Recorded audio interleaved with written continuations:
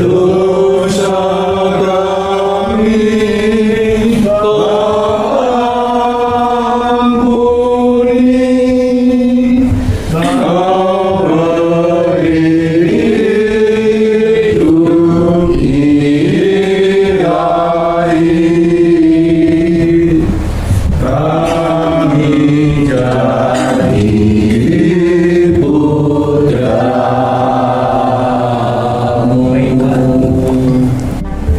Indonesia di wilayah Bekasi banyak yang betul COVID impor. Jadi mulai dari 20 tahun ya, tahun 2025 mulai kita aktif ini kegiatan pertemuan kita kegiatan pertemuan kita ini akan berkesinambungan, beda dengan yang lalu berdiri masing-masing.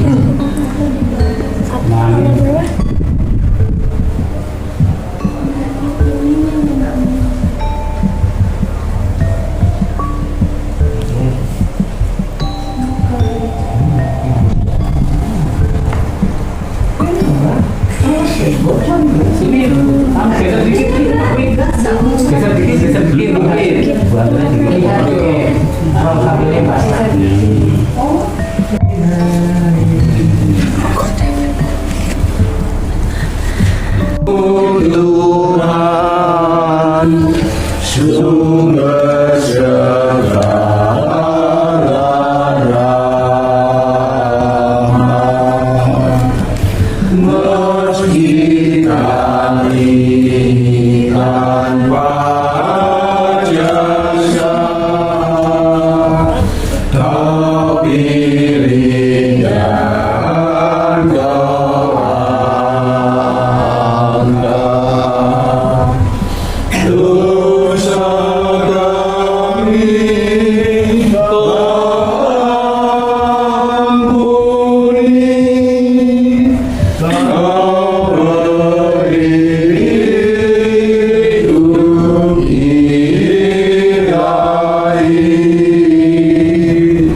kami jadi putra-Mu.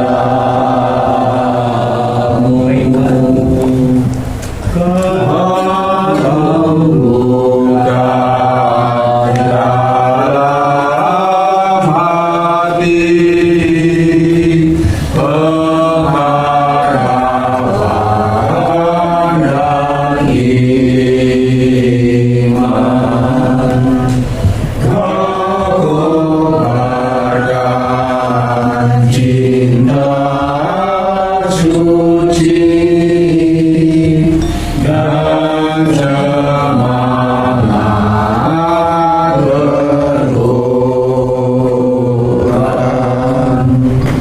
Kami kau lahirkan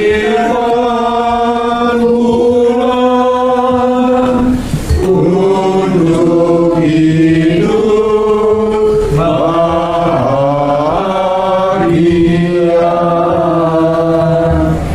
dalam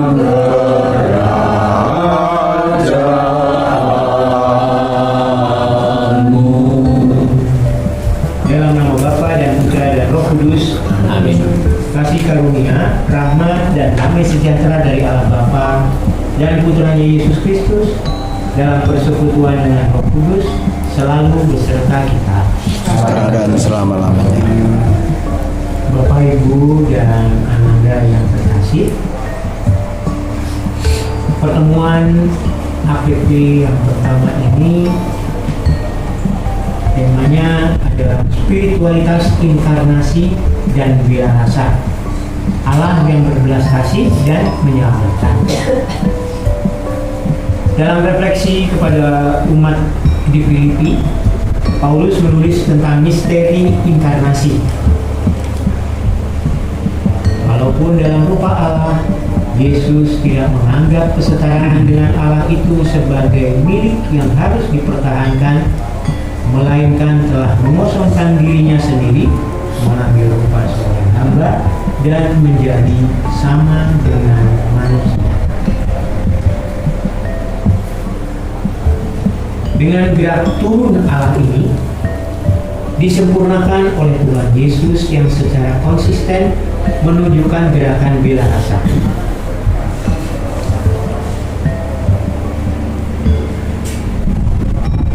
Gerak turun Allah itu adalah Allah yang mengasihi ciptaannya, mengutus putranya Tuhan Yesus yang akhirnya dalam hidup Yesus yang menjadi seorang hamba dan sama dengan manusia itu menunjukkan gerak bela rasa dengan hadir dan terlibat dalam suka dan duka manusia. Inilah panggilan dasar gereja ketika hadir di tengah dunia, dan dalam pertemuan APP pertama ini kita diundang untuk menggali bersama-sama aneka pengalaman di mana Allah melibatkan kita dalam karya keselamatan bagi dunia. Marilah kita mengisi sejenak untuk bagi kita masing-masing sebelum kita nanti menerima firman Tuhan yang akan menjadi permenungan kita dalam mendalami pertemuan APP yang pertama.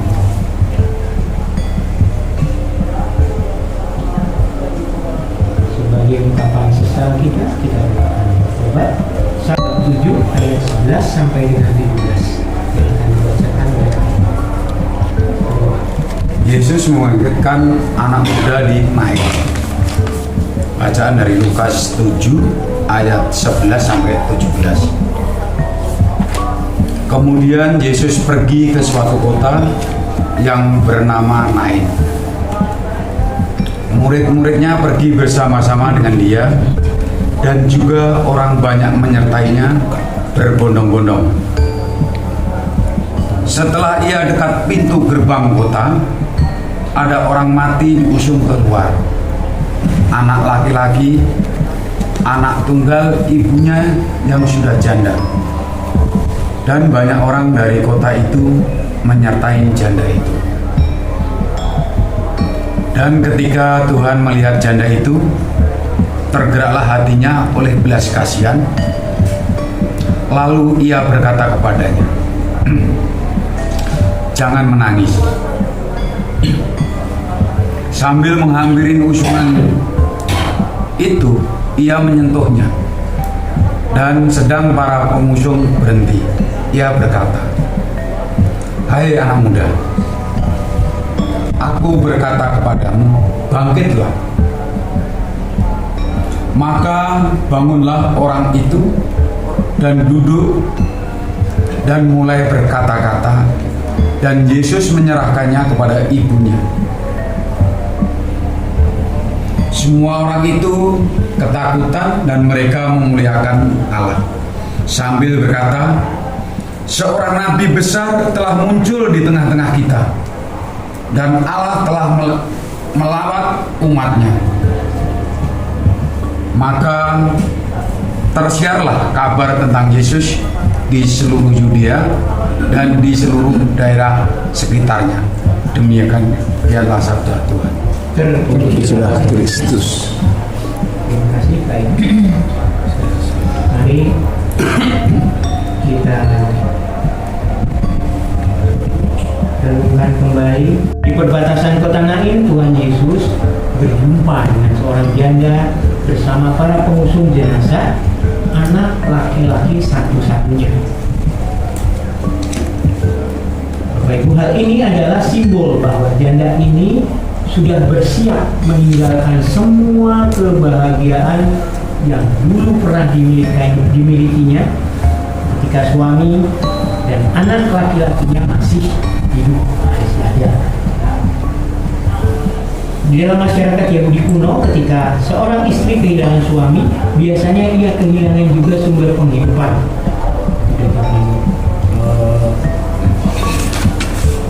Yahudi kuno saja, sekarang pun kalau memang dari keluarga ini misalnya yang bekerja hanya si ayah dan kebetulan ayah harus lebih dahulu menghadap Bapa di surga, maka keluarga ini akan kehilangan sumber penghidupan dan perlindungannya.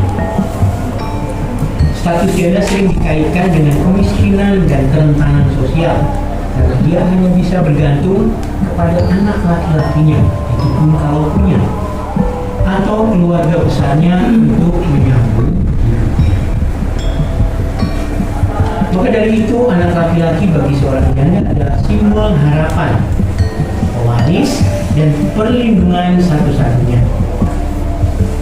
Nah, janda Dinain dalam kisah ini bukan hanya hancur secara emosional saja, tetapi juga kehilangan seluruh jaminan hidupnya dalam beberapa kasus. Dalam beberapa kasus, para imam, pemimpin religius pun seringkali tidak bisa berbuat apa-apa ketika rumah-rumah para janda direbut oleh mereka yang lebih berkuasa. Janda Dinain adalah gambaran pihak terlemah dalam masyarakat. Ini dalam kehidupan bangsa Yahudi kuno. Biasanya oleh belas kasihan dalam Lukas 7 ayat yang ke-13, ketika ia melihat penderitaan mengerikan janda tersebut. Belas kasihnya bukan hanya sebuah ide atau emosi sesaat, tetapi diwujudkan dalam tindakan nyata, yaitu menghidupkan kembali anaknya. Tuhan Yesus memulihkan keadaan janda Dinain secara menyeluruh, sehingga janda ini bisa diterima kembali di dalam keluarga dan masyarakatnya karena memiliki seseorang yang menjadi gantungan hidup untuk selanjutnya, menjadi penanggung jawab dalam hidup seorang janda. Hati Yesus tergerak oleh belas kasihan ketika ia melihat penderitaan mengerikan dari janda tersebut. Di dalam Kristus tidak ada situasi yang terlalu sulit untuk dipulihkan.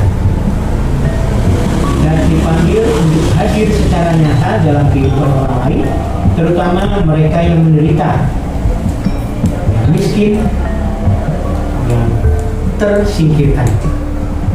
Kita juga dipanggil untuk mewujudkan inkarnasi kecil dengan cara menghadirkan cinta kasih Allah di tempat dan situasi kita masing-masing. Kita diajak untuk melihat bahwa ketidakadilan di tengah-tengah dan memberikan perhatian pada sekeliling kita dalam kehidupan kita, di dalam keluarga, di dalam masyarakat, di dalam lingkungan, di dalam gereja.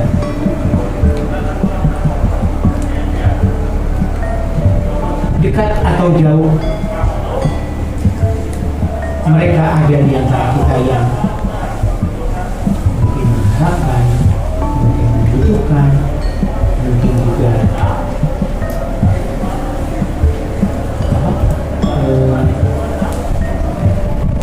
menginginkan sapaan daripada kita sendiri. Bapak Ibu dan anak-anak, kita akan diberikan satu contoh kisah inspiratif, kisah yang menjadikan inspirasi yang berkaitan dengan bacaan Injil kita tadi. Dan ini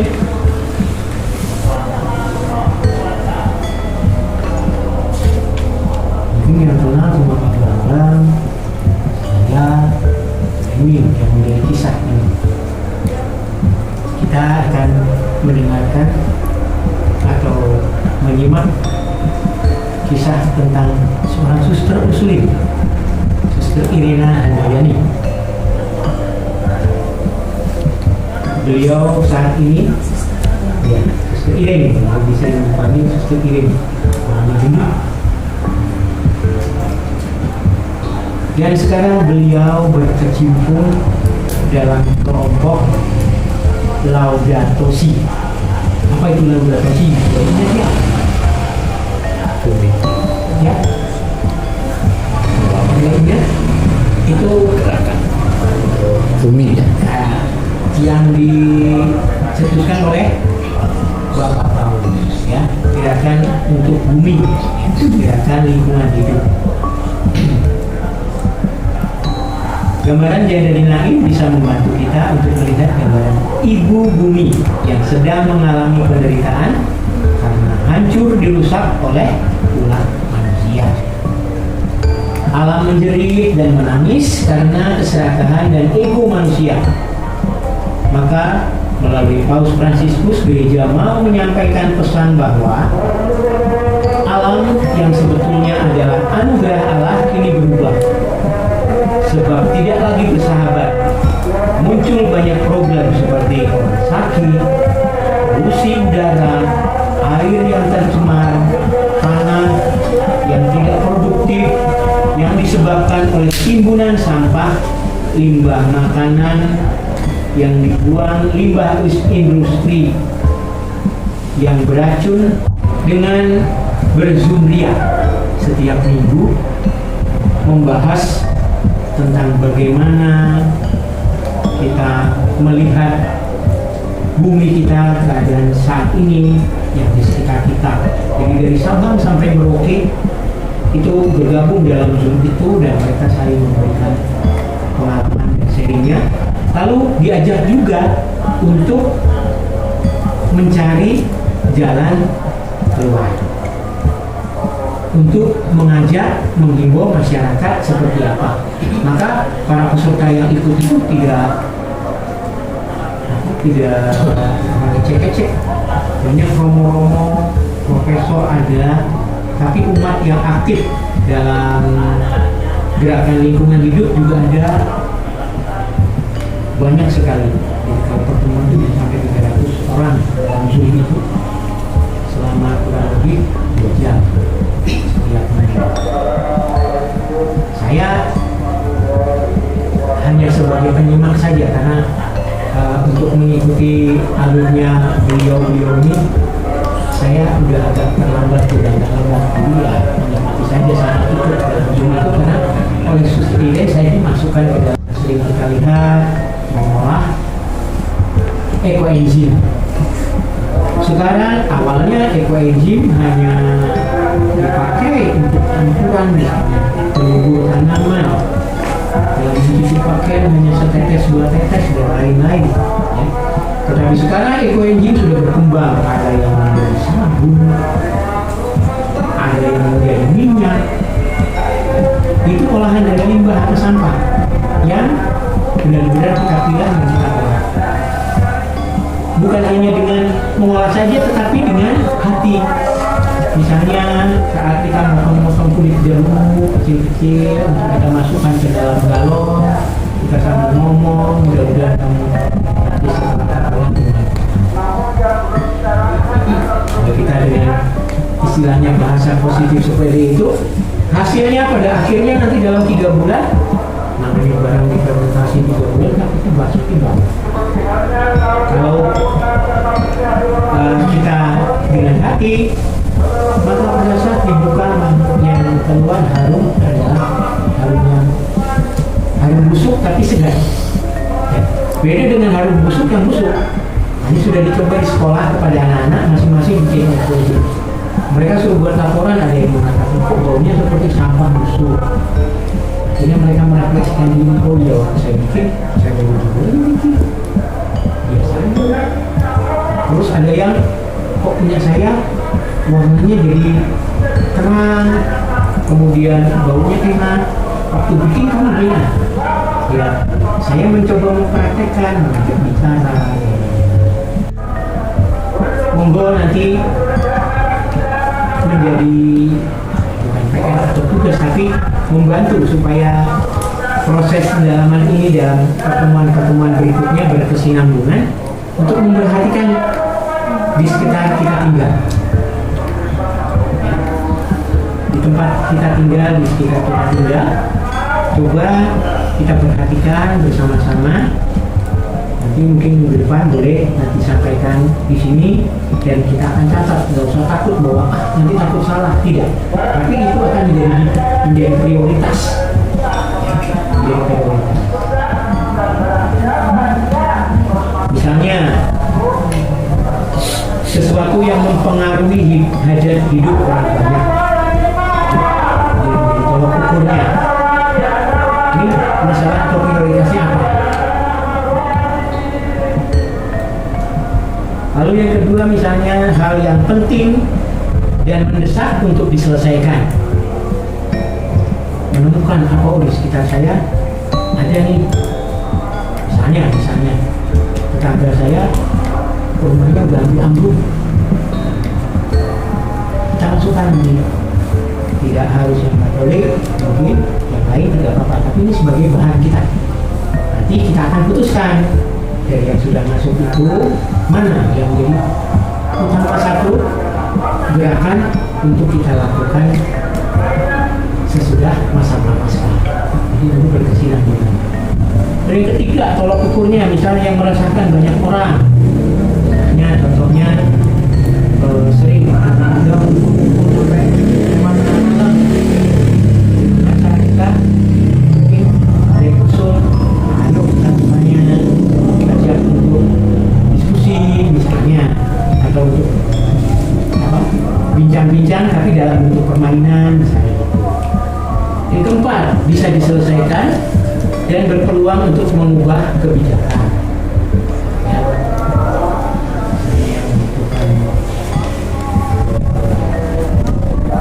Karena untuk usaha atau lain-lain.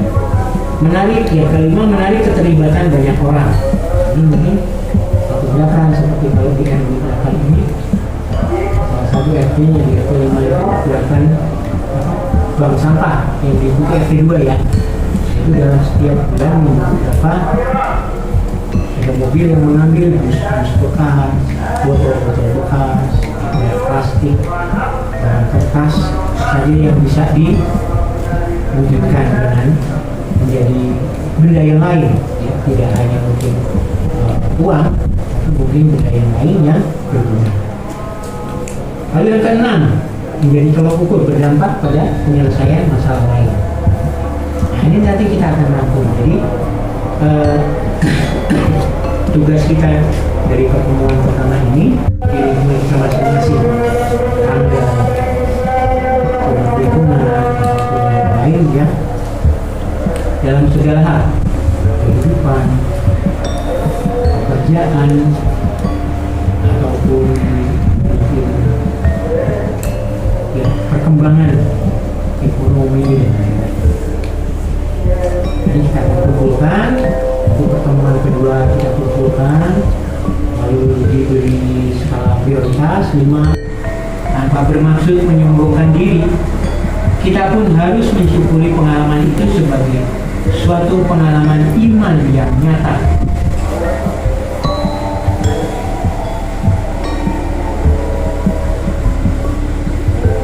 Dari dua implementasi pastoral ini,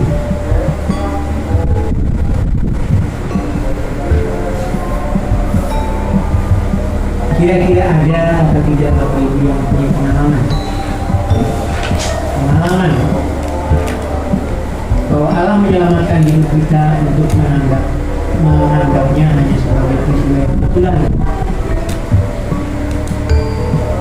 Tapi setelah kita sadari dari kita ini, ternyata lewat kacamata iman bahwa itu adalah pengalaman hidup sekecil apapun itu. Atau mungkin pernah terlibat dalam memberikan dukungan atau pertolongan, entah besar atau kecil, kepada sesama di sekitar kita. Tanpa bermaksud untuk menyombongkan diri, kita pun harus mensyukuri pengalaman itu sebagai suatu pengalaman iman yang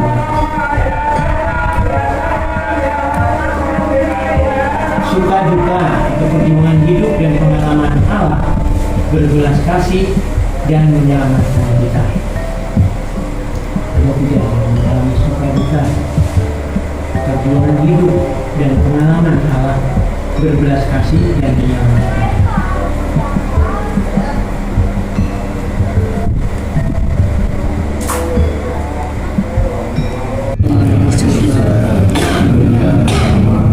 Datanglah kerajaan-Mu, jadilah kehendak-Mu di atas bumi seperti dalam surga.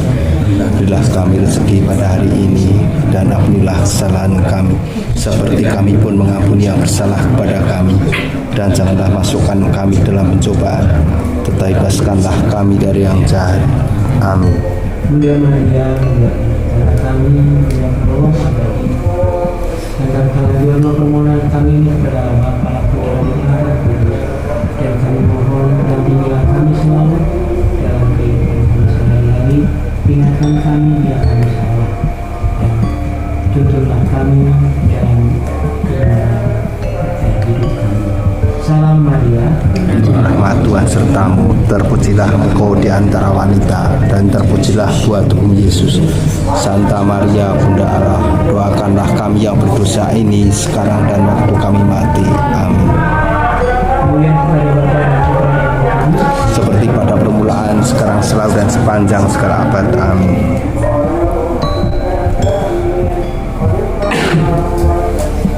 kita akan mendengarkan refleksi penutup. Hendaklah kamu dalam hidupmu bersama menaruh pikiran dan perasaan yang terdapat juga dalam Kristus Yesus, yang walaupun dalam rupa Allah tidak menganggap kesetaraan dengan Allah itu sebagai milik yang harus dipertahankan, melainkan telah mengosongkan dirinya sendiri dan mengambil rupa seorang hamba, dan ia menjadi sama dengan manusia. Dalam keadaan sebagai manusia, ia telah merendahkan dirinya dan taat sampai mati di kayu salib.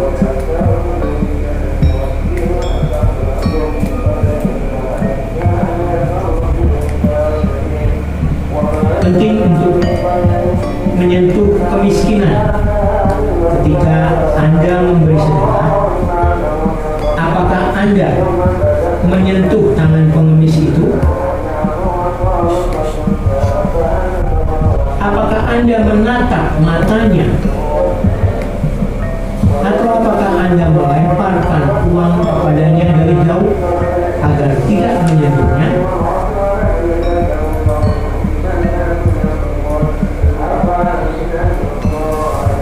Bapak Suci Paus Fransiskus menyampaikan pertanyaan-pertanyaan di atas dalam pidatonya di Gereja Katedral tanggal 4 September 2020.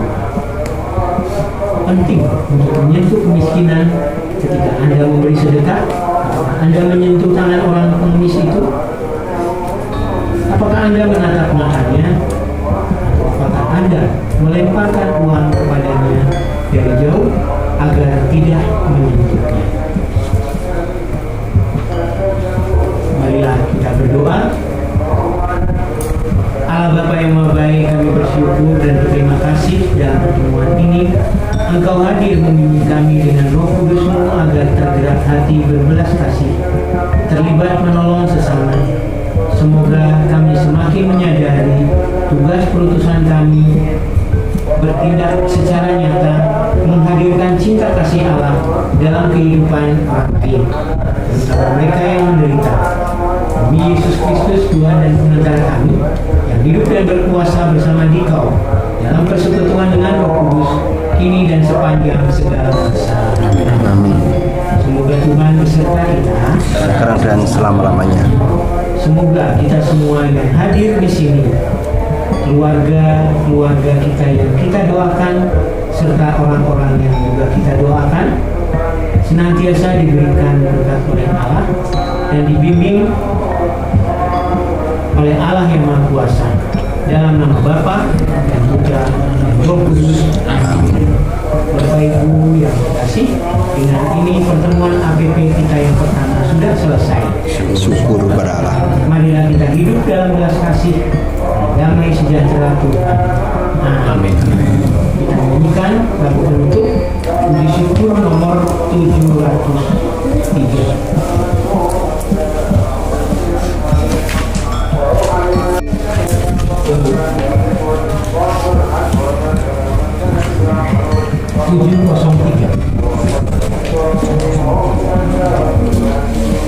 Do mi mi re do do do do si la.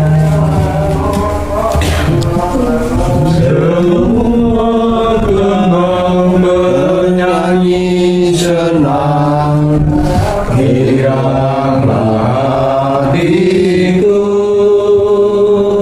pun rumput serta bernyanyi senang. Tuhanlah sumber sukmaku, semua jalan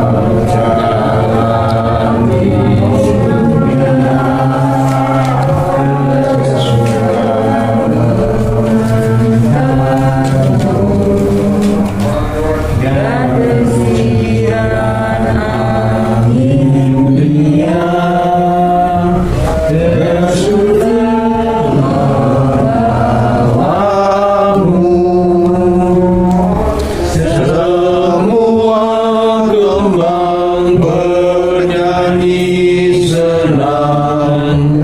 Giranglah hatiku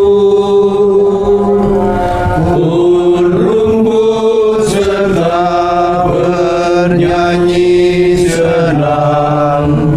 Tuhanlah sumber sukaku. Terima kasih, selamat malam. Sudah hadir pada hari ini. Semoga minggu depan lebih banyak. Amin. Bapak Ibu, yang saya sampaikan tadi untuk melihat situasi tidak harus. Jadi kalau nggak dapat ya sudah nggak apa-apa. Nanti yang dapat kita kumpulkan